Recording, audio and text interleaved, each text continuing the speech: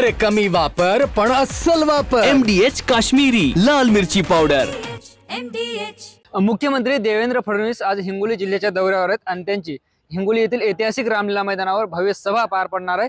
भाजपच्या वतीने जे आहे या सभेची जय्यत तयारी केलेलं चित्र आपण या ठिकाणी पाहतोय। खरं तर पावसाळ्याचे दिवस पाहता वॉटरप्रूफ असा मंडप सुद्धा या ठिकाणी उभारण्यात आला आहे। स्थानिक स्वराज्य संस्थेच्या निवडणुकीच्या अनुषंगाने भाजपने जे आहे ते जोरदार मोर्चे बांधणी सुरू केल्याची तयारी आपण या ठिकाणी पाहतोय। साधारणपणे दुपारी 2 वाजता मुख्यमंत्री देवेंद्र फडणवीस यांचा या ठिकाणी शेतकरी व महिला मेळावा पार पडणार आहे आणि त्या अनुषंगाने ही तयारी या ठिकाणी केल्याचं चित्र पाहतोय। भव्य असा मंडप या ठिकाणी उभारण्यात आला आहे आणि देवेंद्र फडणवीस जे आहे ते याच सभेच्या ठिकाणी दुपारी 2 वाजता जे आहे ते उपस्थित नागरिकांना संबोधित करणार आहेत।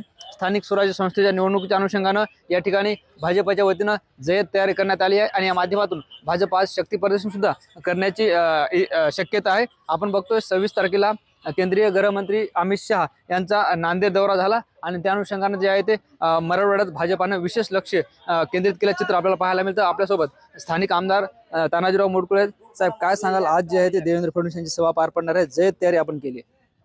आज राज्याचे मुख्यमंत्री देवेंद्रजी फडणवीस साहेब हे दुपारी 2 वाजता हिंगोली येथे येत आहेत।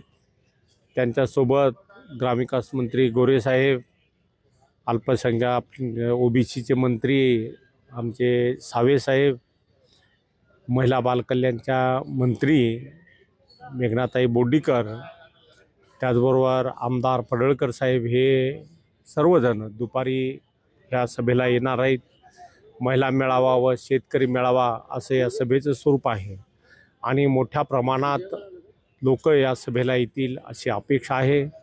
त्याचबरोबर 700 कोटीच्या विविध कामाचं भूमिपूजन आणि उद्घाटनसुद्धा आज आदरणीय मुख्यमंत्री साहेब करणार आहे। नांदेडला अमित शहा यांची शंखनाद सभा पार पडली। स्थानिक स्वराज्य संस्था निवडणुका तोंडावर आल्यात। हे स्थानिक स्वराज्य संस्थेच्या अनुषंगाने रणसिंग फुकलं म्हणायचं भाजपानं 100% त्याच दिशेनं आम्ही करू लागलो। नगर परिषदा पंचायत समिती निवडणुका 2-3 महिन्यात होणार आहेत, त्या दिशेनं आम्ही कार्यकर्त्यांना चार्ज करण्यासाठी ही सभा आहे। आपण बघतोय महायुतीत जे आहे ते मित्रपक्षासोबत युती होईल का नाही हे अजून निश्चित नाही। जर सोबळाचा नारा दिला तर भाजप हिंगोलीत तयारी आहे का भाजपची?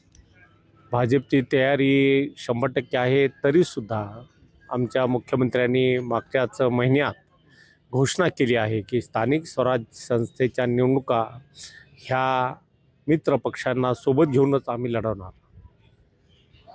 निश्चितच आपण बघतोय हे होते भाजपचे आमदार तानाजी मोडकुळे।